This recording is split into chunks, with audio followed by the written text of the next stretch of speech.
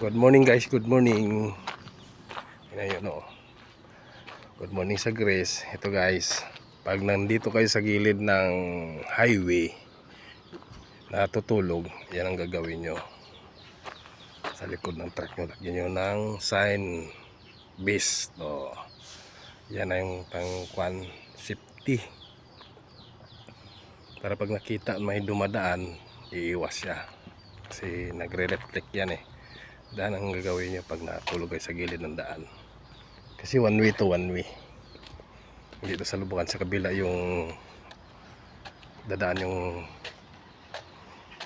yan doon sa kabila yun sa lubong. Hindi siya pwede masalubong dito, bawal.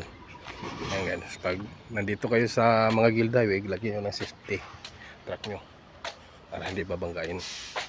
One way yan. Ayan guys ha. Good morning. See you next adventure vlog.